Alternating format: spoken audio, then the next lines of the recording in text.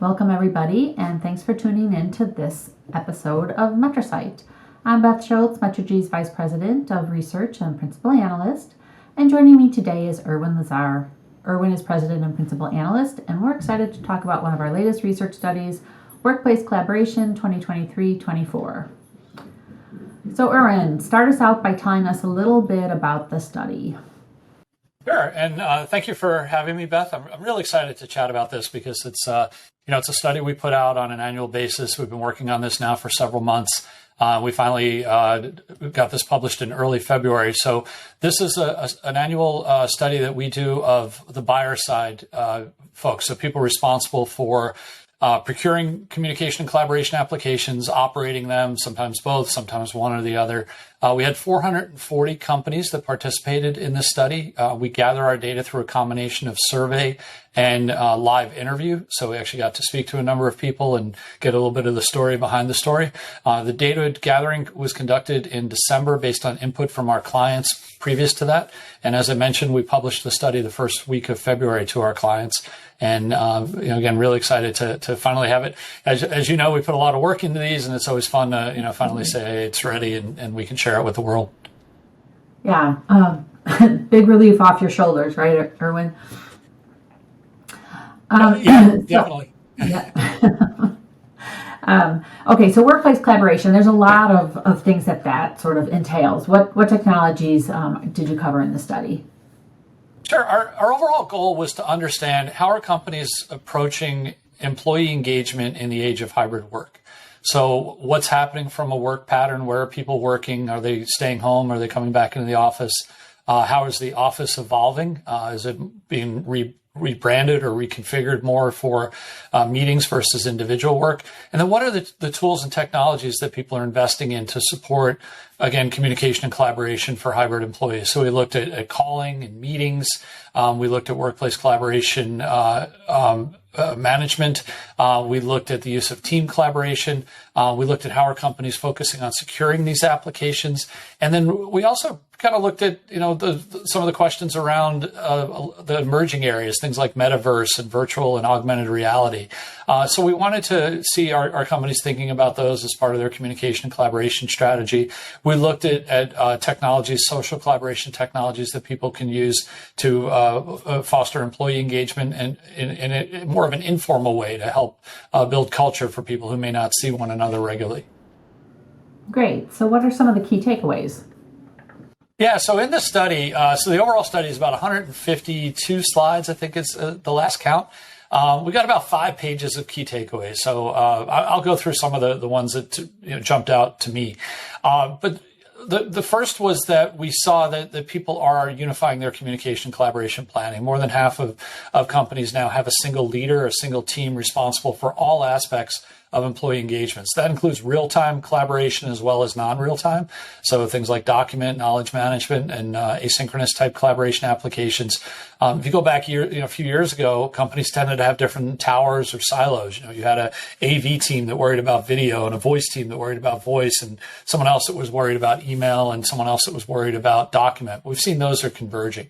We also see convergence is extending to unified communications and contact center. We found about 74% of participants that had either already converged those platforms or were planning on doing so. So we see a lot of push in the vendor space to deliver a single unified platform that allows you to break down the barriers between employee communications and customer communications and be able to better engage and better support both customers as well as sales opportunities. So there's a couple of the big ones. A few of the others that we saw, we asked people, what do you start with when you think about collaboration? What do you consider to be that core application? And historically, it had been voice. If you were planning a collaboration strategy for your organization, you would have picked a phone system and gone from there, or maybe picked an email application, an Office suite, and gone from there. We found this time around it was meetings and team collaboration were what people most focused on.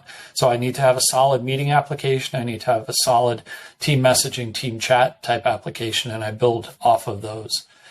We found that the biggest challenge that people face in this new age of hybrid work is employee culture and employee engagement. It wasn't necessarily performance-related issues, bandwidth like we saw early in the pandemic, certainly still issues for a lot of people, but it was how do I build those bonds and make people feel like they're part of a team, even when they may not see each other at all, or on a limited basis.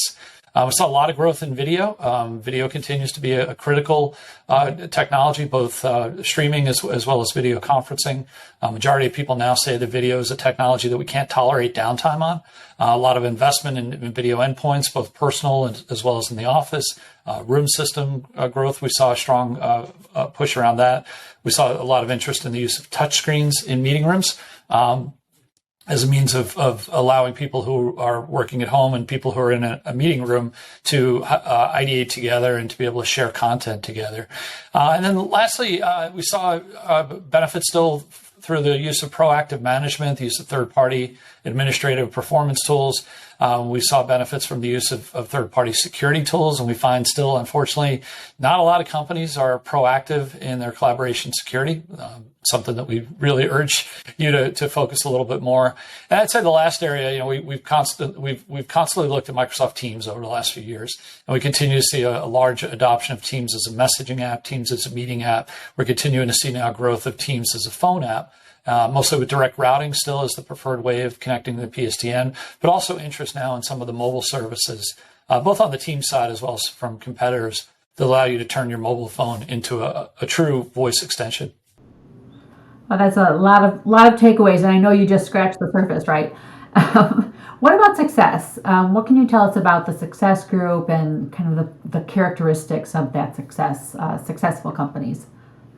Yeah, so for anyone who has looked at our research over the years, one of our core differentiators is we try and share with you what are successful companies doing differently from those that are unsuccessful. And in this study, we define success as companies who had above average return on investment in terms of cost savings or revenue increase associated with their investments in collaboration technology, or they measured above average gains in productivity. We identified 66 of the 440 companies that qualified as our success group, and we looked at what are they doing differently from the rest of the pool. So where are they approaching things different, making different technology investments, and so on. And we found that they're more likely to have that unified management of collaboration I talked about earlier, meaning a single owner or team responsible for all aspects of collaboration, more likely to integrate contact center, more flexibility with where people can work. They were less likely to mandate that people come back to the office. They used video at a higher clip. They used management tools, third-party management tools especially, for administration, performance, and security. They're more likely to deploy social applications that help people form some of those bonds we talked about earlier. They're more likely to embrace the cloud, especially on the calling side. They're more likely to use their team applications and see team applications as a hub that they bring all of their data and other applications into, so that if I'm, a Slack, Microsoft Teams, WebEx, Zoom Chat, RingCentral, etc., I'm living in that chat interface and I'm accessing my data and my projects and tasks and so on within that. And then lastly, they had a little more interest in augmented reality and virtual reality in the metaverse than the non-success group. Interesting on that AR and VR in the metaverse. What's happening there? Yeah, so it's we didn't go really deep into it. We just wanted to understand if it was on the radar of the people we talked to, and it's one of those things where there are some really interesting use cases. It's not a technology for the masses yet, so we're not seeing any kind of wholesale interest in. I would much rather have my Monday morning catch-up call with my team as an avatar in a metaverse world. Versus, on a video call. I don't think we're anywhere near that yet. But we found about 9% that had already adopted AR, VR technologies, another 19% that plan to do so, and significantly higher among our success group. And, they told us about a fair number of interesting use cases. Training is a big one. If I want to train people remotely, especially technical training, I can do that much more effectively in a virtual reality world than I can, maybe through PowerPoint shared on a video call. If I want to do product demos or engineering exercises where we want to look at something, say, in a 3D model, again, something I can do much more effectively in wearing a virtual reality headset than I could in a 2D video call. But I still think that we're at the early days that people are finding use cases, just not a mass market technology at this point. Fair enough. So what did you find surprising in the study results? So I think for me, the biggest was the amount of the percent of companies, the amount of companies that told us they're bringing people back. This has been a holy war now in the media for the last 6 months to a year. There have been pronouncements that remote work doesn't work. There have been a lot of people saying it does. I know in our organization, we've been remote, since day one, and I think it works pretty well. But we found that about 25% of our participants were bringing people back full time, and about another 27% that were requiring people to come back at least part time. So there is a demonstrable shift back to the office. 35 or so percent that say, we'll leave it up to employees. They have that option if they want to come in. There was only about 7% who said, just stay home. We don't want you back. We're not going to have an office anymore. So I think right now we're seeing that momentum behind bringing people back, at least part-time, if not full-time. And I think a lot of that is due to that desire to have some of those ability to form those interpersonal relationships, mentor relationships, and so on, that you do lose quite a bit if people are constantly working from home. Yeah, that culture issue, as you pointed out earlier, right? What about the economy?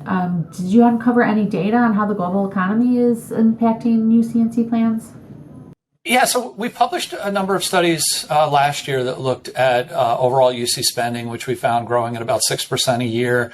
A lot of interest in video and virtual whiteboard type applications, less so in some of the core applications.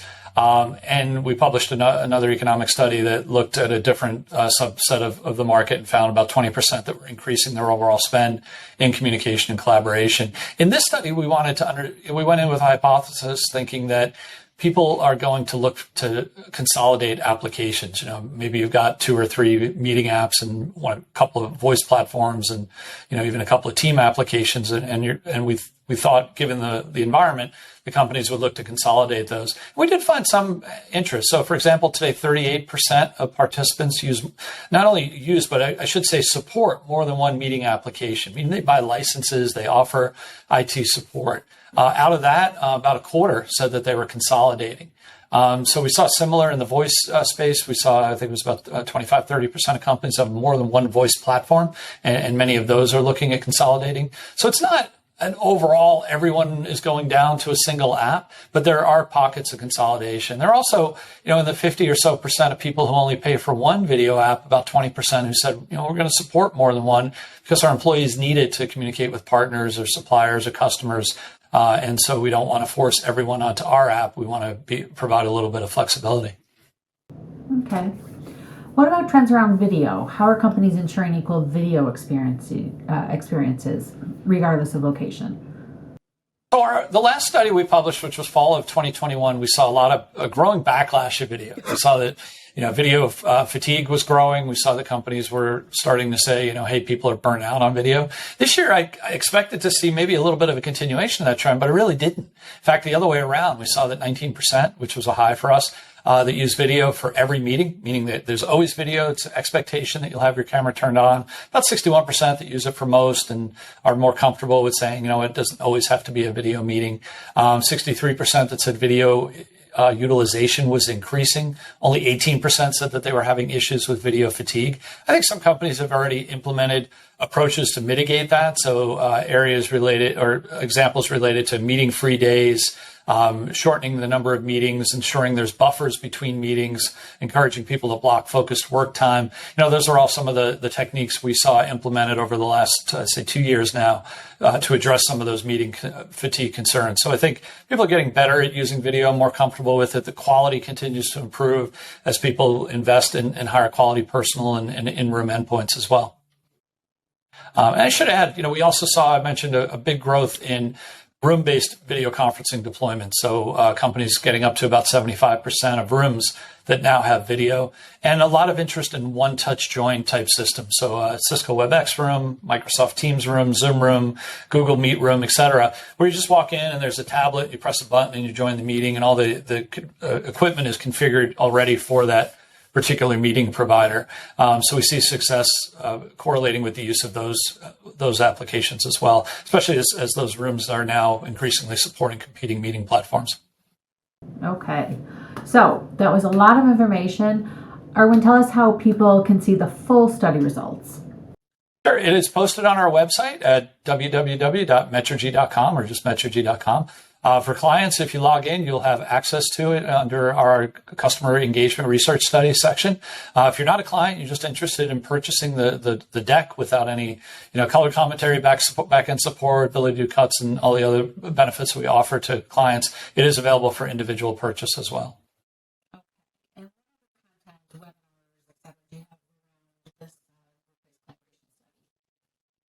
Yeah, we conducted already a webinar on the success characteristics. So I looked at the 12 key correlations for what successful companies were doing differently than unsuccessful ones. That's available on our Bright Talk channel, or you can access it through Metrigy.com. We have a webinar on February 28th, which is focused on security and what do we recommend the companies think about from a security standpoint. And then we're planning on one in April, on April 18th, focused on Microsoft Teams calling. And you'll continue to see additional written reports, presentations that we do at conferences and so on, continuing to share this data. And for our clients, if you're a client listening to us, love to get you on the phone and give you a deeper dive into the data. So please contact our client services team and they'll get that scheduled. Okay, and folks can go to that our website, as you said, www.metrigy.com, and they can click on the Contact Us button on the right side of the page, and they can find us. We're always happy to hear from folks, so do feel free to reach out to us. And that's all for now. On behalf of the Metrigy team, goodbye till next time, and take care, everybody. Thank you.